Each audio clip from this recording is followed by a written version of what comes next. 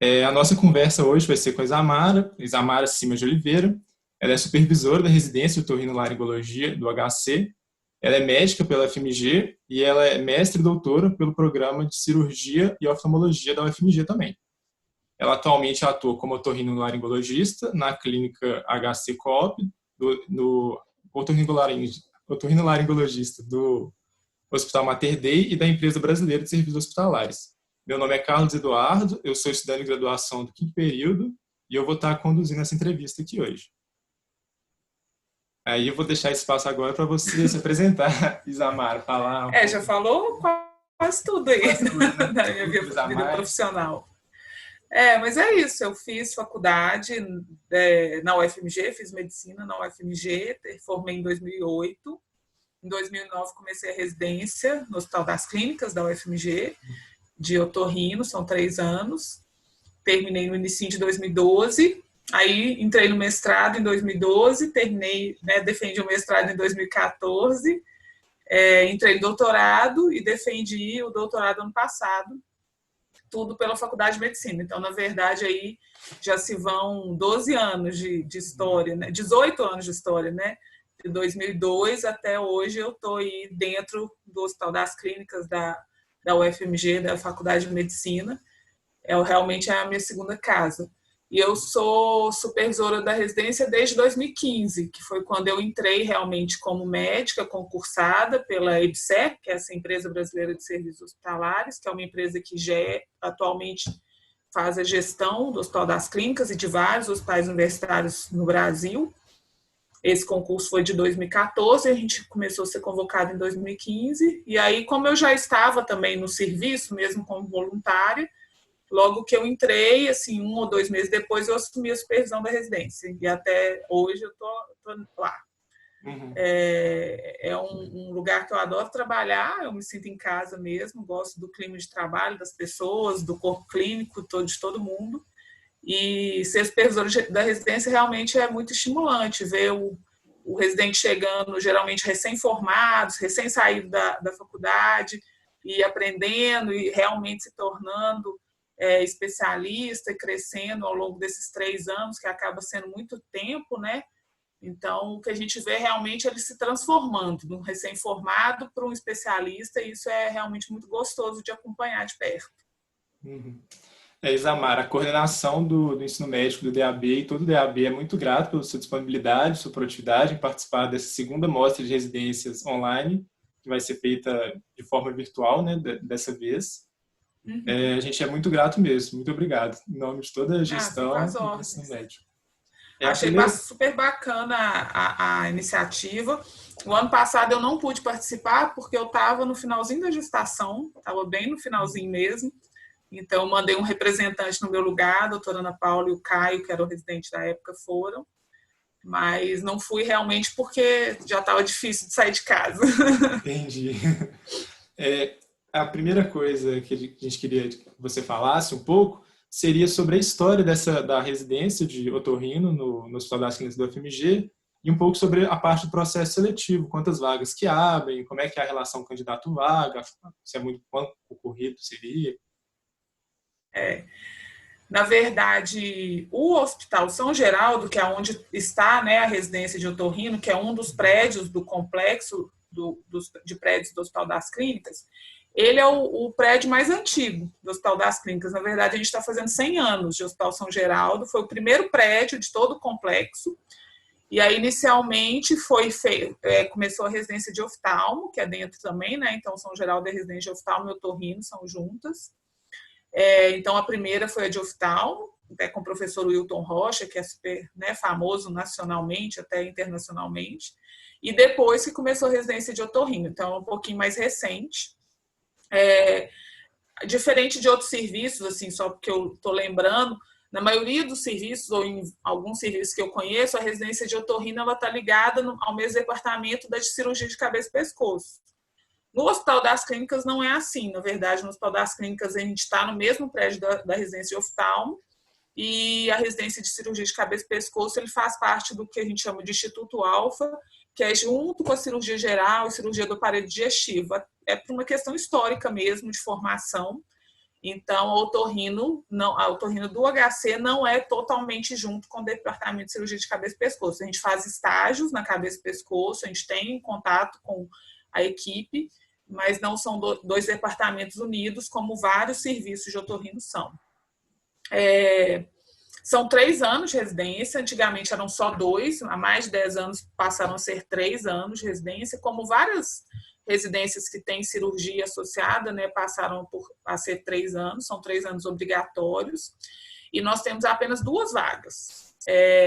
Então, acaba que a residência de otorrino, em relação ao candidato-vaga, é uma das mais disputadas, pelo pequeno número de vagas, né?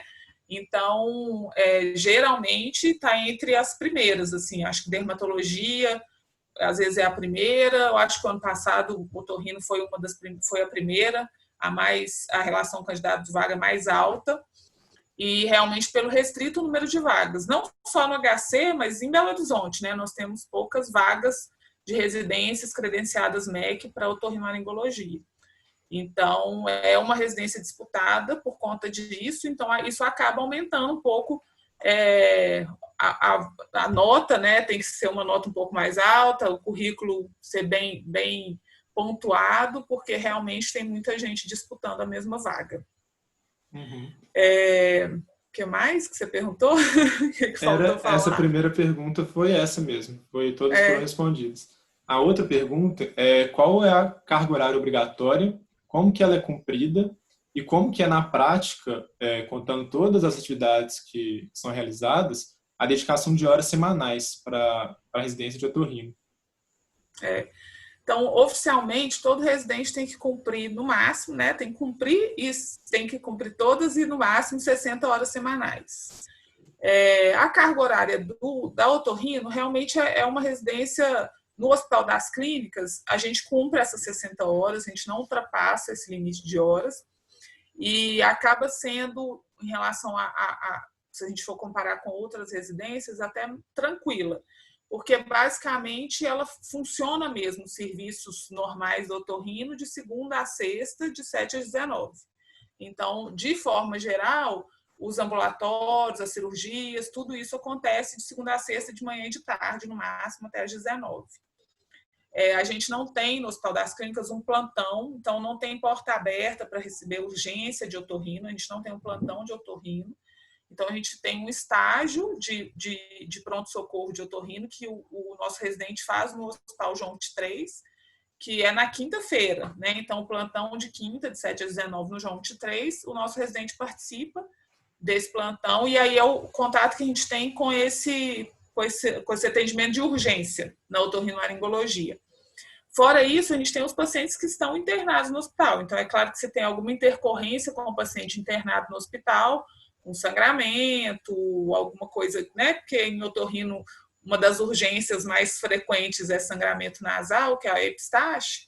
Então, se o paciente está internado no hospital, a gente faz esse cuidado, né? Mas não é tão comum acontecer isso, principalmente à noite ou de madrugada. Então, de forma geral, a gente não tem plantão noturno, nem plantão de final de semana, não tem uma escala de plantão a ser cumprida, geralmente são atividades eletivas mesmo agendadas. O que a gente tem é um celular, que a gente chama de BIP, né? Que é uma forma dos outros serviços entrarem em contato mais fácil com a gente. Então, até antigamente, esse BIP era até um plantão de sobreaviso do residente, mas como o plantão de sobreaviso ele não é regulamentado, né, pela Comissão Nacional de Residência, há alguns anos ele foi cancelado, e mesmo o corpo clínico mesmo, os preceptores da otorrino, eles também não têm plantão, não ficam de plantão nem de sobreaviso. Então, acaba que o BIP acaba sendo uma forma dos outros serviços entrarem em contato, mas as intercorrências que acontecem à noite ou no final de semana são inicialmente atendidas pelo cirurgião geral, o cirurgião de pediátrico de plantão no hospital. A otorrino vai avaliar esse paciente só no dia seguinte. Então, basicamente é isso. Um residente fica com esse celular, esse BIP, mais para fazer contato, para avisar de alguma intercorrência. É claro, paciente cirúrgico, a nossa responsabilidade sempre, né? Então, a gente, para saber alguma intercorrência dos nossos pacientes cirúrgicos, mas no hospital, eles ficam de segunda a sexta, de manhã e à tarde. Aí isso vai variar um pouquinho em relação à ambulatório, a cirurgia, em relação à medida que vai subindo, né, do R1 para o R3, acaba com o R2, o R2 tem um pouquinho mais de horário livre, o R3 tem mais horários livres do que o R1, aí isso vai mudando um pouquinho ao longo dos anos aí de residência. Entendi. A outra pergunta seria como é que são divididos os rodízios e quais os cenários de prática dessa especialidade? Quais de ambulatório, hospital, como é que é feita essa divisão também? Então, no nosso serviço, basicamente o R1, ele tem muitos horários de ambulatório, de clínica, né, de atendimento de ambulatório, e muito GD, então muita parte teórica, é muito grande no R1. Então, e menos horário de bloco. Então, tem 1 ou 2 horários de bloco. À medida que vai subindo, aí ele vai ganhando horários de bloco e diminuindo os horários de ambulatório. E vai dificultando, né, as cirurgias e tudo. E, na verdade, assim, a rotina do otorrinolaringologista, né, então a gente tenta passar por todos os cenários. Na verdade, ele vai ter essa prática de consultório, de ambulatório, para ter essa base teórica. Então, a gente faz muito GD, muito discussão de artigo, discussão de caso clínico nesse primeiro ano, para dar essa base teórica boa. E à medida que a residência vai se prolongando, ele vai adquirindo as habilidades cirúrgicas, que demoram um pouquinho mais, né, para serem adquiridas. E aí ele vai ganhando essa prática cirúrgica. Além, é claro, dos exames, né? Então, o nosso residente também tem um rodízio no ambulatório, né, em exames otorrinolaringológicos que são feitos na prática clínica depois pelo otorrino, se ele quiser fazer. Então, no ambulatório, ele tem acesso aos exames endoscópicos nasais e de laringe, então ele faz no paciente. Ele tem acesso aos exames auditivos, né, que é a eletrofisiologia da audição, aos exames de tontura e zumbido, ele também participa de fazer esse exame para realmente conhecer. Então, acaba que ele passa por toda a parte, né? Então, a parte clínica, a parte de propedêutica e a parte cirúrgica, respeitando mais ou menos isso. Então, realmente, no R3, a parte cirúrgica é muito mais... a carga horária em parte cirúrgica é muito maior, porque realmente ele já teve essa base teórica, essa base de exames, que é importante até para ele seguir com o conhecimento mesmo, né, dentro da otorrinolaringologia. Eu vou aproveitar esse assunto porque uma das perguntas que a gente recebeu foi justamente sobre essa divisão da parte clínica e cirúrgica, como é que é essa divisão em horas ao longo da residência. E também acho que já foi respondido se para atuar em cirurgias, como otorrino, em cirurgias de otorrinolaringologia, é necessário uma residência prévia. Foi a outra pergunta. Tá. Porque tem alguns... Não, na verdade, não. A gente vai passar por todas as cirurgias de otorrinolaringologia e a gente não tem pré-requisito, né? Então, realmente, vai aprender todas durante os 3 anos de residência. Não tem nenhum pré-requisito de cirurgia geral, por exemplo, porque realmente é uma cirurgia muito específica. Então, assim, para exemplificar, não sei se eu vou estar respondendo a dúvida, né? Por exemplo, o residente do primeiro ano, ele faz muita cirurgia de amígdala adenoide, né? Que é muito comum em criança, né? Ter que operar a amígdala adenoide e colocar um tubo de ventilação no ouvido, que é feito geralmente quando o paciente tem uma otite serosa crônica. Então, são cirurgias que são feitas pelo R1. Então, a cirurgia de adenoide, a amígdala e tubinho, que a gente chama, são cirurgias que são feitas pelo R1. Já o R2, ele começa a fazer cirurgias nasais, mas as cirurgias nasais um pouco mais simples, que é, por exemplo, septoplastia, turbinoplastia, que é mexer nos cornetos nasais, e cirurgias de ouvido um pouco mais complexas, como timpanoplastia, alguma coisa assim. E no R3, o residente começa a fazer cirurgias nasais mais complexas, que seriam cirurgias endoscópicas nasais, cirurgias de base de crânio, e cirurgias de ouvido também mais complexas, como, por exemplo, mastoidectomia ou implante coclear, né? Além disso, ele faz um pouco também da laringe, então cirurgia de laringe, microcirurgia de laringe, avaliação de pregas vocais, o R3 também faz. Então, basicamente é nessa progressão. Começa com cirurgias teoricamente um pouco mais simples e ele vai fazendo cada vez cirurgias mais complexas.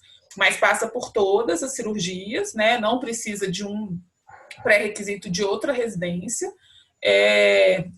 Né, teoricamente, o residente que termina os 3 anos de residência, ele está apto, né, está treinado para atuar em qualquer área, em qualquer cirurgia que realmente ele tenha mais habilidade.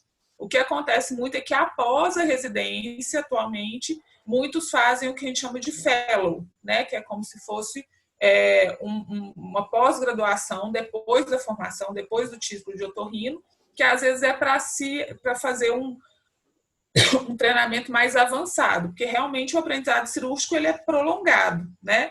Então, alguns residentes fazem um fellow e aí, geralmente, o fellow já é direcionado para aquilo que eles realmente vão fazer e querem fazer para o resto da vida.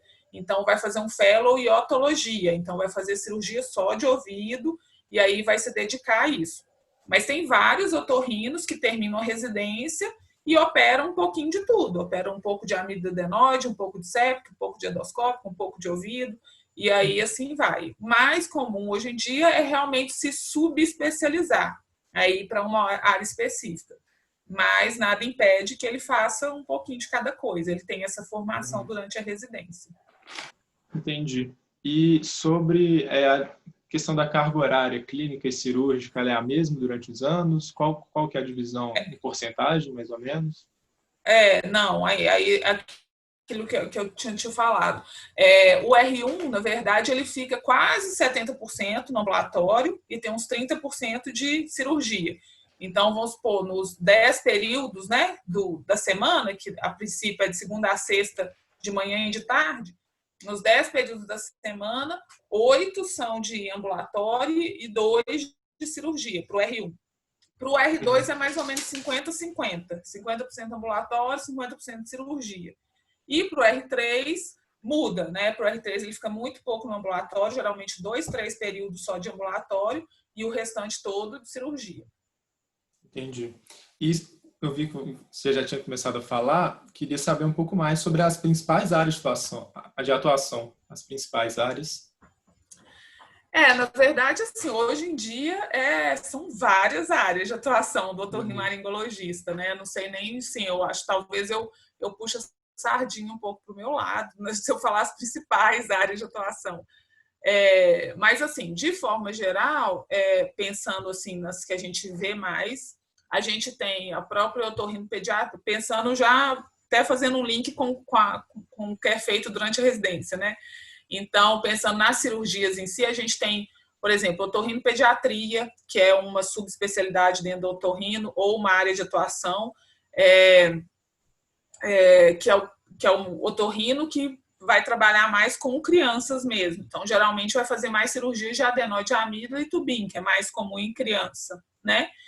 Tem a otologia, que é o otorrino que vai trabalhar mais com ouvido, com audição, com perdas auditivas, e a otologia pode ser tanto clínica, né, que aí vai fazer a avaliação das doenças clínicas, que tem tratamento clínico com medicação ou com aparelho auditivo, quanto cirúrgica, que vai ser a otologia que vai tratar as doenças da otorrino que precisam de uma cirurgia para serem corrigidas, ou precisam, por exemplo, da audição, precisam de colocar um implante coclear, é uma área muito nobre, né, da otorrino atualmente, né, muito visada por causa do implante coclear. Tem a rinologia, né, que são aqueles otorrinos que trabalham mais com o nariz, então com respiração, com sinusite crônica, e aí também pode ser clínica ou cirúrgica, né, geralmente mais cirúrgica, porque aí tem muita cirurgia envolvida nisso. Tem a própria medicina do sono, né, que acaba sendo uma área que é um pouco dividida com o pneumologista, com o neurologista, mas também tem muito otorrino fazendo essa subespecialização em medicina do sono. A laringologia, né, que é o que vai trabalhar com voz, pode trabalhar com voz profissional, pode trabalhar com lesões relacionadas às pregas vocais, com deglutição, né, então o otorrino que trabalha com a parte mesmo de deglutição, de alimentação, isso também pode estar associado. Deixa eu ver se eu esqueci alguma. São várias. E tem otorrino que trabalha mais com propedêutica também, né? Então, tem os próprios exames endoscópicos que a gente faz no consultório, mas, enfim, você pode, né, ter um foco mais nisso. Então, tanto os exames endoscópicos nasais, quanto os exames de laringe, mesmo que eu falei de voz profissional, né? Então, fazer uma avaliação de um cantor pela videolaringoscopia, ou mesmo fazer um diagnóstico de um câncer de laringe pela videolaringoscopia. Tem os exames auditivos, né? Então, a eletrofisiologia da audição é uma área de atuação também importante para avaliação auditiva, principalmente de crianças. Na propedêutica das tonturas, dos zumbidos, tem uma série de exames também que podem ser feitos, e aí otorrinos que fazem também, então esses exames que podem ser feitos pelos otorrinos também seriam uma área de atuação. Então, assim, que eu tô lembrando que provavelmente eu esqueci alguma coisa, mas realmente é muito diversificado. Então, basicamente, o que eu posso deixar assim é que o otorrino, mesmo sendo uma residência cirúrgica, né, é clínico-cirúrgica, mas é possível, depois que terminar, por exemplo, o otorrino que não quiser operar, não fazer a cirurgia e ter um monte de outras coisas para atuar. Ou o otorrino que quer focar exclusivamente na cirurgia também vai ter um monte de coisas para operar. Então, ou ele que não quer nem atender paciente, quer só fazer exame, também vai poder fazer sua carreira também só fazendo exame para os outros otorrinos. Então, dá para diversificar bastante depois que termina a residência no que você quer fazer. O que tipo, né? Eu acho que talvez aí, na minha opinião, né? Isso não é nada certo. Na minha opinião, é muito mais em relação ao estilo de vida que você quer ter do que o que você realmente gosta de fazer, né? Porque às vezes gosta de otorrino de uma forma geral, mas aí depende que estilo de vida que você quer ter. Se quer operar, ter a questão das intercorrências, dos sangramentos, das complicações, quer ter uma vida mais tranquila, de horário, uma rotina, talvez perca um pouco, né? Gosta de consultório, gosta de bater papo com o paciente, gosta de fazer amizade, gosta. E aí é muito o seu estilo, né, de como você é e o estilo de vida que você quer ter depois que terminar. Mas tem para todos os gostos, assim, na otorrinolaringologia. Viu? Deu para ver mesmo. É bem variado mesmo as áreas que... Essa subespecialização, áreas de atuação são bem variadas. Uma outra coisa que eu queria perguntar era sobre o aprendizado teórico. Você tinha comentado do GD. Como é que é estruturado esse aprendizado teórico? Quais atividades que são realizadas?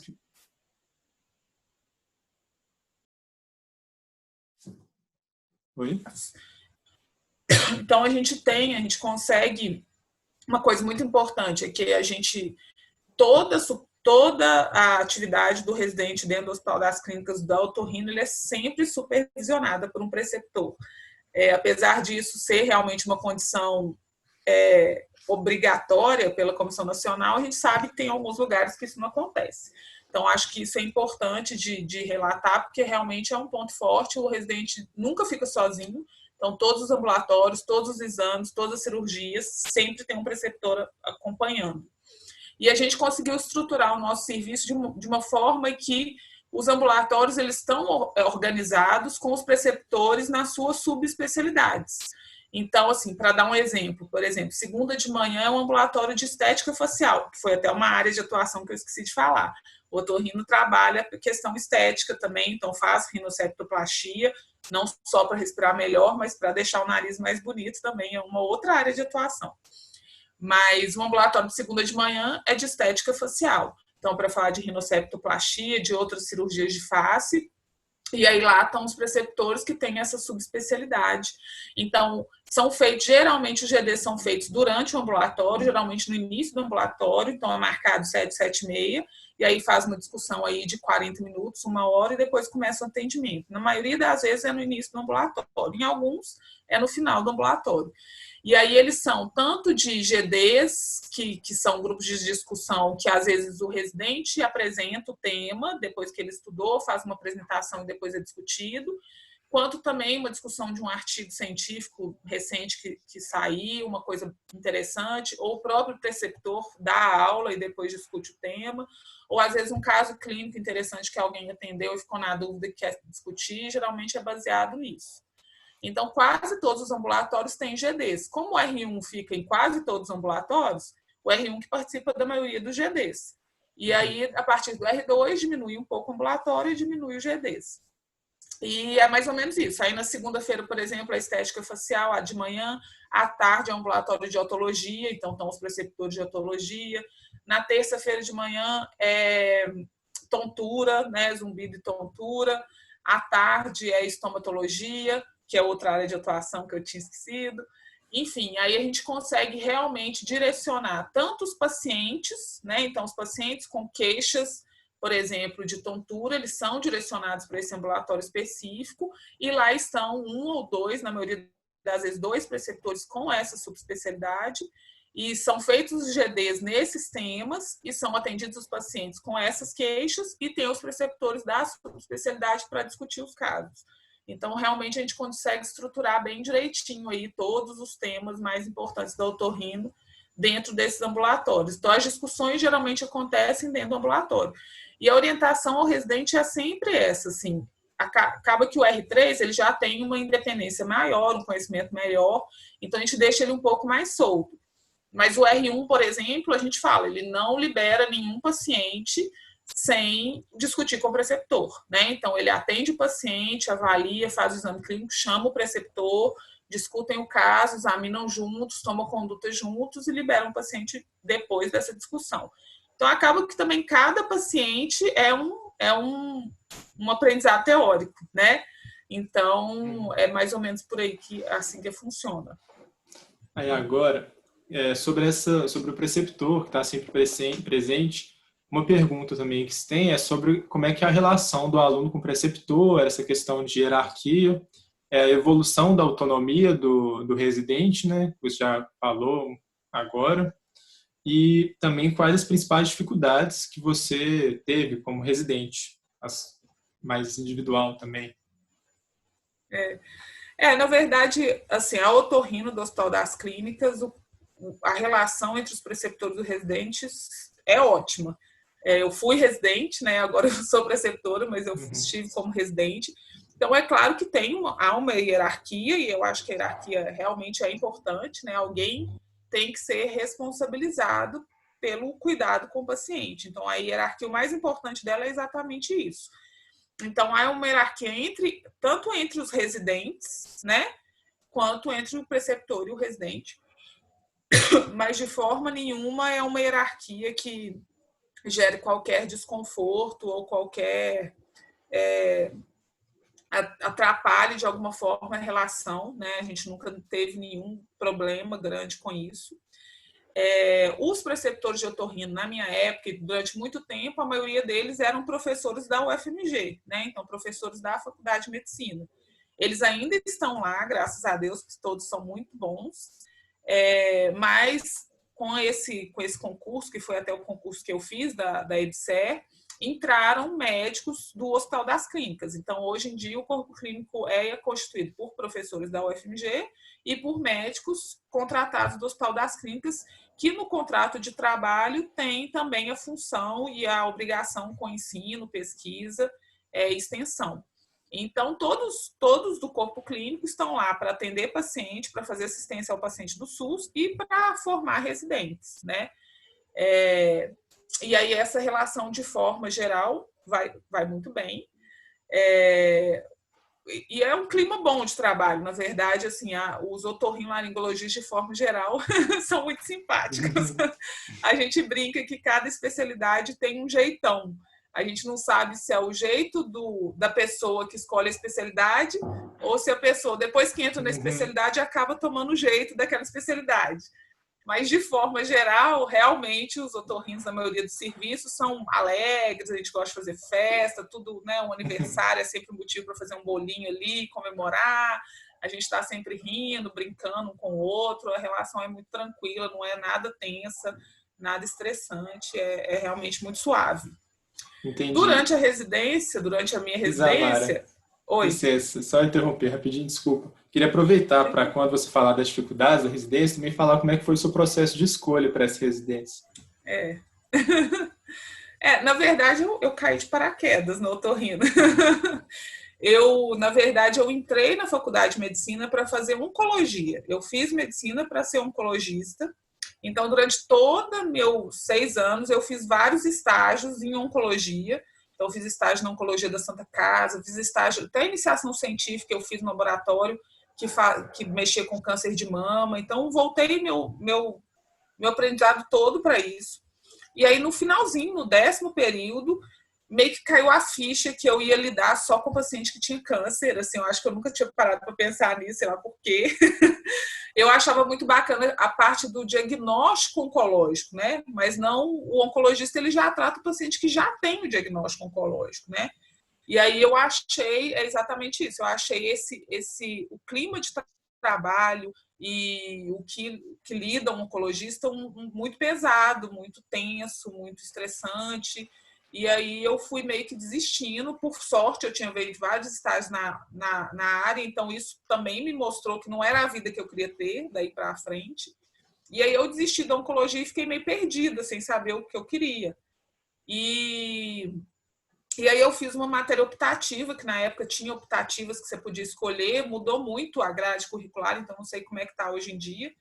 Mas a gente, no 8º, 9º período, a gente escolhia algumas optativas para fazer, e entre elas eu escolhi otorrino, assim, aleatoriamente, porque eu achei interessante, clínica cirúrgica, vamos ver como é que é. E aí eu tive uma professora ótima, que inclusive depois foi minha preceptora, e tem essa influência, né? Quando o professor é bom, acaba que você fica gostando mais da coisa. Eu nem sei se eu gostaria tanto se o professor tivesse sido ruim. Mas a minha professora é muito boa, e aí eu fiquei encantada com ela, com o jeito dela de ensinar, com as coisas.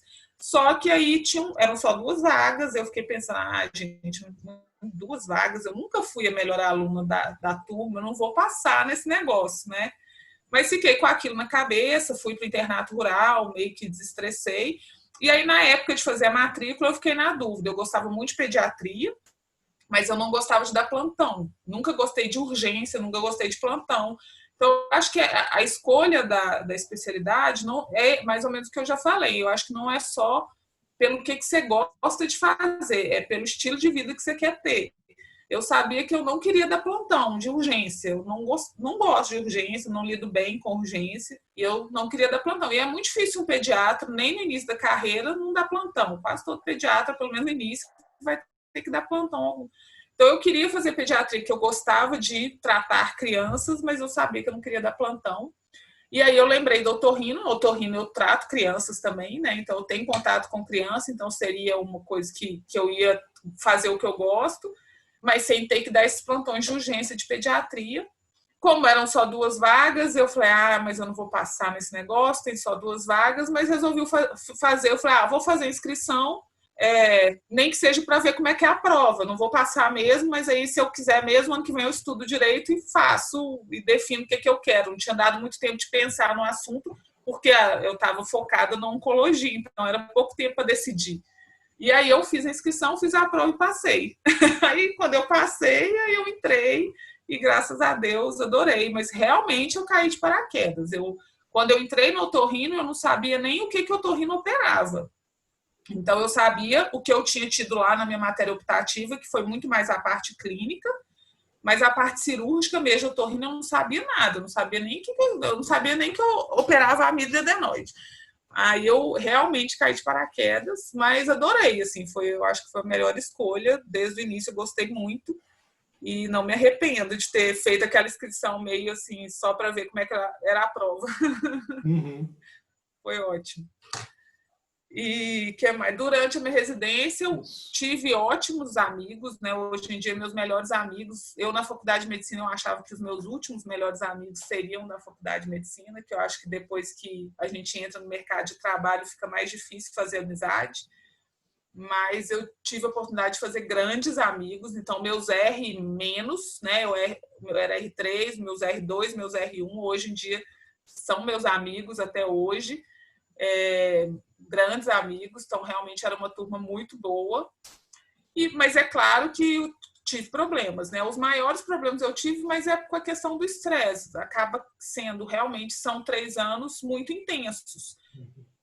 Então, você está num processo de aprendizado grande, é no R1 realmente é um ano assim, de um aprendizado que você nem acredita, você até assusta quando chega no final e lembra como é que você estava no início. Realmente é um pulo, assim. Eu caí de paraquedas, eu cheguei no otorrino, eu não sabia examinar, usar um espéculo de nariz, e no final do primeiro ano você já está sabendo quase que a parte teórica toda de otorrino. É muito bacana essa evolução rápida do aprendizado no primeiro ano da residência. Mas é tenso, os preceptores te cobram, né? É uma responsabilidade grande. Eu terminei a faculdade e fiz residência, então eu trabalhei em alguns serviços assim só durante o tempo que eu estava estudando, mas não fui para o campo da plantão e tal, depois voltei para a residência. Então realmente eu era recém-formada, então eu comecei a aprender assim a fazer receita de remédio, essas coisas na residência, né? Então é muita responsabilidade que você vai adquirindo, né? O paciente te cobra, o preceptor te cobra. É pesado no sentido dessa responsabilidade, eu não acho a carga horária pesada, mas tem essa cobrança, então às vezes tem momentos que você fica meio com os nervos à flor da pele, então tem os conflitos lá no otorrino mesmo, são só 2, né? Então é você e um. Então eu brinco hoje em dia com os meus residentes, quando eles começam, eu falo, se eu puder dar um conselho para vocês, o conselho que eu dou é que seja amigo da sua dupla. É o melhor conselho, porque você vai ficar com ele durante 3 anos e vocês trabalhando junto, um ajudando o outro, vai ser muito mais suave do que se vocês começarem a brigar logo desde o início. Então, mas é difícil, a convivência é difícil, a gente fica o dia inteiro no hospital, né? Então, às vezes, realmente os nervos ficam à flor da pele, e às vezes um problema que é uma coisa desse tamanhozinho vira um problemão. Mas nada que depois que passe também, depois que passe eu até falo, gente, eu sofri por causa disso, que bobagem, né? Mas na hora que você está vivendo, tudo ganha uma proporção muito maior.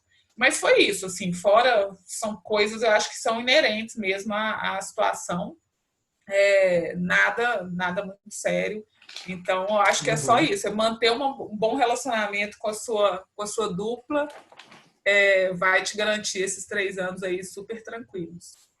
Entendi. Uma outra pergunta também que eu queria fazer é sobre essa parte que também você falou, né, de ser pesado, mesmo a carga horária sendo mantida nas 60 horas, como é que você acha que foi o estudo fora da residência? Se você tinha um tempo suficiente para fazer esse estudo? Como a princípio, assim, à noite, no final de semana, o residente otorrino, de forma geral, está em casa, né? A não ser que tenha uma cirurgia de urgência que entre no final do dia ou que entre no final de semana. Às vezes um paciente mais grave que tem que ver, que não é rotina, né? Então, de forma geral, você está em casa à noite, final de semana, você chega em casa cedo, vários dias. Então, não faltou mesmo tempo para estudar. Tem tempo tranquilo, e o que a gente faz é isso, na verdade, assim, a residência de otorrino do HC, ela é credenciada pelo MEC, então uma vez que o residente termina a residência, ele já tem o título, né, pelo CRM, ele já é otorrinolaringologista, já pode se intitular. Mas a gente também tem a Associação Brasileira de Otorrino, que faz uma prova de título todo ano. Essa prova de título serve para aquelas residências que não são credenciadas MEC, para a pessoa que faz, né, que na verdade o nome seria especialização, né, de otorrino, e aí se ela fizer a prova de título da associação e passar, ela também pode ser intitulada otorrinolaringologista, mas serve também para você entrar na associação, né? Então acaba que nós, mesmo não precisando fazer essa prova para termos o título, a gente acaba fazendo, todo mundo faz essa prova, porque todo mundo quer entrar na associação de otorrino, brasileira de otorrino. Então, acaba sendo uma tensão essa prova de título, né, no final da residência. Geralmente, a gente termina a residência em fevereiro, março, né, e a prova geralmente é em abril. Esse ano não teve, mas geralmente é em abril. Então, no R3, inclusive, ele fica com alguns horários vagos durante a semana, de manhã ou de tarde, para estudar para a prova de título. Então, mesmo durante a residência, deu tempo tranquilo de me preparar, de estudar para a prova de título, estando no R3, fazendo as cirurgias, entrando nas urgências, deu para me preparar e passar na prova de título com tranquilidade. A gente tem um grau de aprovação na prova de título enorme. Eu acho que até hoje, que eu saiba, só um residente não passou, aí depois ele repetiu no ano seguinte e passou. Fora isso, todos os outros passaram. Então, acho que isso também mostra que dá para estudar, porque é uma prova difícil mesmo, mas todo mundo consegue se preparar bem aí. Uhum. Agora, uma pergunta mais relacionada sobre a residência ofertada pelo Hospital das Clínicas, do FMG, em comparação com outras residências, outros programas de residência de outros hospitais, que é saber quais são as vantagens e desvantagens do Hospital das Clínicas do FMG, na sua opinião, e aproveitar e falar nisso, quais são os diferenciais, os principais diferenciais desse programa, e também como é que é o volume, a diversidade e o volume de casos clínicos no Hospital das Clínicas. Talvez essa seja uma das principais vantagens, eu acho, do Hospital das Clínicas. Por ser um hospital terciário, o volume e a diversidade de casos é enorme, né? Então, realmente, nós temos muitos pacientes que nos procuram de várias partes de Minas Gerais, e às vezes até de fora de Minas Gerais, com as mais diversas patologias, né? Que realmente, em muitos serviços, que são serviços menores, que são às vezes clínicas de otorrino, que tem, né, especialização, ou são hospitais que não são hospitais terciários, ou não têm esse perfil, não recebem certos pacientes com certas doenças, o Hospital das Clínicas recebe. Então, realmente, essa diversidade, esse número, esse volume de pacientes, essa diversidade é um dos pontos fortes, realmente, só estando no Hospital das Clínicas para atender. E é aquela história, acaba que quando a gente termina e vai para o consultório, a gente vê que a grande parte do consultório são coisas mais fáceis, né? Mais tranquilas da rotina. Mas as doenças mais raras são aquelas, geralmente, às vezes, mais difíceis de diagnosticar. Então, são aquelas que, às vezes, se você nunca viu, você nunca vai pensar nela, né? Então, a formação do residente de otorrino no Hospital das Clínicas acaba nos deixando um pouco mais espertos, né, ou vivos para essas patologias que não são tão comuns, mas que podem aparecer no nosso consultório e que a gente também não pode deixar passar, né, não pode comer bola, né? Então, a gente sai muito bem preparado para avaliar esses pacientes e essas doenças. Então, realmente, isso é muito rico. Uma outra vantagem que eu acho é essa questão de estar muito relacionado, muito junto, né, com a Faculdade de Medicina, com a FMG. Então, é um ambiente acadêmico, é um ambiente que estimula a formação acadêmica, a pós-graduação, o aprendizado. A gente tem contato, enquanto residente, com os alunos, né? Então, o pessoal da graduação da UFMG faz estágio, faz monitoria. Então, acaba que o residente acaba tendo um papel de professor do aluno de graduação. Eu acho que uma das formas mais eficazes de aprender é ensinando o outro, né? Então, isso também ajuda, porque isso ajuda a fixar a matéria, a repetir, a entender e se preparar para ensinar também, que ajuda no aprendizado. Então,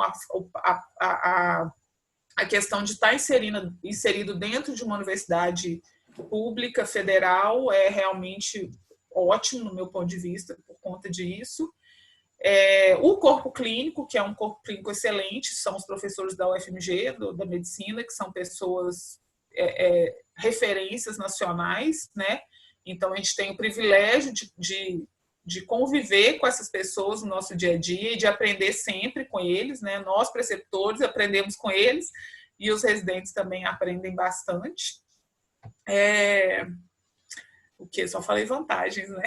Uhum. As desvantagens talvez seja a questão do serviço público, que por um lado é uma vantagem pelo volume, pela diversidade, mas por outro lado, pela independência, né? Porque no serviço público, o paciente é muito do residente, né? O paciente, ele faz contato, ele tem a relação médico-paciente com o residente. O preceptor é aquele cara mais velho que está lá dentro, que o residente vai lá, discute com ele e volta, às vezes volta com o preceptor, mas o paciente, ele fica focado no médico que está atendendo ele, que geralmente é o residente. Então, essa responsabilidade que o residente tem com o paciente é muito maior. Às vezes, em serviços particulares, o residente atende o paciente do preceptor, né? Então, o paciente ele sabe que o médico dele é o preceptor, o residente está ali aprendendo, é aquele que eles chamam de estagiário, às vezes, né? O paciente chama o residente de estagiário. Então, isso também é um ponto forte. No hospital público, acaba que o residente tem muito mais uma relação muito mais próxima e com muito mais responsabilidade sobre aquele paciente. Talvez a principal desvantagem é por ser uma universidade federal pública, um hospital público, como todo mundo sabe, a gente está passando por problemas financeiros, né? Então, realmente, a questão do financiamento, da infraestrutura, de material, às vezes material cirúrgico, às vezes infraestrutura de bloco cirúrgico, isso tudo, infelizmente, é muito aquém do que a gente gostaria que fosse, né? Então, isso não tem muito como a gente mudar, né? A gente só torcer e votar corretamente para ver se isso melhora, porque é uma coisa que não dá. Então, a gente tenta se organizar com o que a gente tem. Então, a gente tenta pegar o melhor que a gente tem e lidar com aquela infraestrutura que está muito aquém do que a gente gostaria. Talvez seja o ponto fraco mesmo do serviço.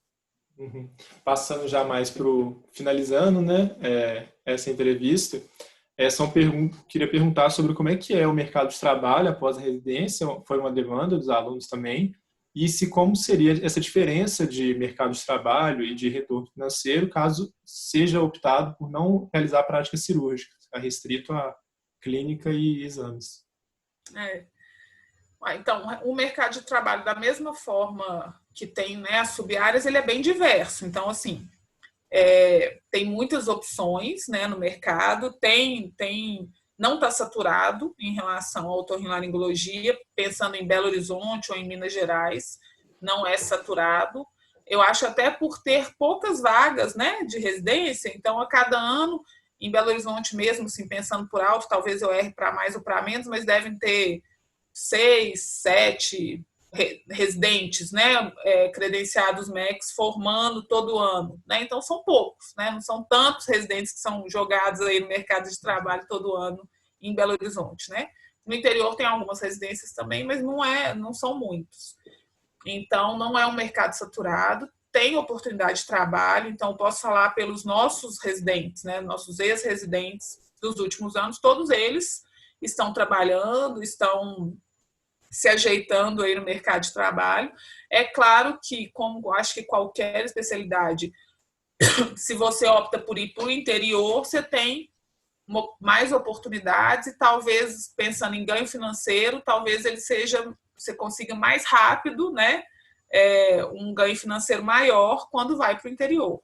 Se querer ficar na capital, às vezes no início você vai ficar, né, em vários lugares, então assim, não falta trabalho, mas às vezes no início você fica, né, indo em uma clínica aqui, no hospital ali e tal, até realmente conseguir se organizar, e aí vai soltando o que você não gosta tanto e ficando mais nos que você gosta mais, e vai se organizando, e o ganho financeiro ele tem um crescimento um pouco mais lento, quando opta por ficar na capital, né, num grande centro. Mas tem oportunidade de trabalho. Uma dúvida, né, que eu não sei se eu li de vocês ou se já me perguntaram, acaba que no Hospital das Clínicas a gente não tem muito como absorver essa mão de obra, né? Isso também talvez seja uma falha, né, um ponto fraco, né, do serviço. Como é um hospital público, então assim, o corpo clínico ele é formado através de concurso público, né? Então, assim, se houver um concurso público, né, o último que teve, inclusive, até valia ponto no currículo você já estar trabalhando no Hospital das Clínicas. Então, até no último concurso, eles priorizaram quem já trabalhava no hospital, ou como voluntário, ou com outro vínculo empregatício, para continuar no hospital. Queria mesmo formalizar essa mão de obra que já estava no hospital. Então, priorizou quem já tinha uma história com o hospital. Mas o último concurso foi o que eu fiz, que foi em 2014, né? E não sei quando terá outro concurso. Então, a gente só consegue inserir através de concurso público. Não teria outra forma, hoje em dia, de inserir esse residente dentro do Hospital das Clínicas, né? É claro que eles ficam, às vezes, fazendo um fellow, fazendo um estágio e tudo, mas não como mão de obra mesmo, com ganho financeiro, né? Agora, quando você faz num hospital particular, no Hospital de Saúde Suplementar, tem algumas residências, né, em BH, acaba que às vezes você consegue. Então, você já está nesse hospital, você faz uma boa residência, né? Você é um bom profissional. Muitas vezes esse hospital te absorve e você fica trabalhando nesse hospital e já vai ser lá que você vai fazer a sua carreira, né? Então, seria uma vantagem de fazer no hospital de saúde suplementar. O que eu posso falar, puxando a sardinha para o nosso lado, é que assim, a residência de otorrino do HC ainda é uma das melhores, né? Pela Associação Brasileira, a gente tem o conceito B+, né? Que eu acho que em Minas Gerais é só a do HC que tem. Então, o fato de ter feito no HC abre portas também, mesmo para os outros serviços, né? Então, mesmo não conseguindo absorver, acaba que é uma boa coisa para o currículo, para o residente realmente ser aceito nos outros serviços. E em relação a ganho financeiro, em relação a não operar, eu acho que o cirurgião, no início, o cirurgião, na verdade, até para aquela história de ganhar mão, né, de ficar bom, porque o residente de otorrino, ele termina a residência, em teoria, operando tudo, como eu falei. Mas esse aprendizado técnico, né, ele demora um pouquinho para realmente se solidificar. Então, para realmente estar operando muito bem, depois da residência, quem tem interesse em cirurgia tem que continuar operando muito, né? E continuar operando muito, muitas vezes, tem que se ligar a um serviço, por exemplo, de SUS, a um serviço que tem um volume cirúrgico grande. Então, muitas vezes, nos primeiros anos de residência, se você quer fazer cirurgia, às vezes você vai fazer várias cirurgias, talvez não tenha um ganho financeiro muito bom, mas tem um ganho secundário de aprendizado, né? De técnica, de melhorar realmente a sua técnica cirúrgica. E depois, realmente, o ganho financeiro aumenta e você começa a selecionar e diminuir a quantidade, melhorando a qualidade, né? Agora, consultório, exames, a gente já sai muito mais tranquilo, né? A dificuldade técnica é muito menor, né? Então, você já consegue sair, começar a fazer exames e realmente já ter um ganho financeiro bacana. E é possível, assim, eu falo por mim, eu não opero mais. Eu terminei a residência operando muito, gostando muito de operar, mas por essa questão de estilo de vida, assim, de não me lidar bem com intercorrências, com sangramentos no meio da madrugada, eu fui largando aos poucos e parei de operar, e hoje em dia eu faço só consultório e exames, e realmente não sinto falta mesmo da cirurgia. Às vezes sinto falta daquele momento da cirurgia ali, que é realmente fazer a cirurgia, mas das intercorrências eu não sinto nenhuma falta. E é possível mesmo, e tem vários otorrinos que acabam parando de operar mesmo e ficando só na parte de consultório e exames. Entendi. Agora, para finalizar, Isamara, o que você diria para um acadêmico, ou então recém-formado agora, né, no meio do ano, em outros anos, que está pensando em seguir a carreira na especialidade? Que conselho você daria? O que você diria, no geral? Assim? Eu acho que é mais ou menos algumas coisas que eu já falei, né? Assim, seria bom tentar conhecer um serviço, não cair tanto de paraquedas quanto eu caí, que deu certo, mas pode dar muito errado. Tentar, pelo menos, conhecer um serviço, acompanhar o serviço de otorrino do Hospital das Clínicas é sempre muito aberto a isso, né?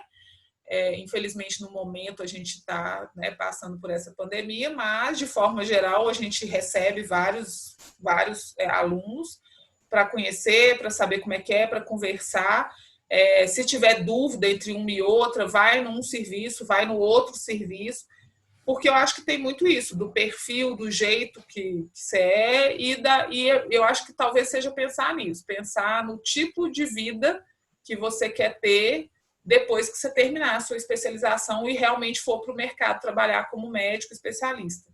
Então, qual que é o estilo de vida que você quer ter? Você lida bem com intercorrência, você não gosta de rotina, quer cada dia fazer uma coisa diferente, gosta da adrenalina, né, da intercorrência e do diferente, ou você prefere ter horário, almoçar em casa, ter horário certinho, regrado, tá todo dia, 5, 6 horas da tarde, está terminando e já está indo para casa, não trabalhar no final de semana, ou gosta de trabalhar à noite, gosta de dar plantão, gosta de ficar mais no hospital do que no consultório.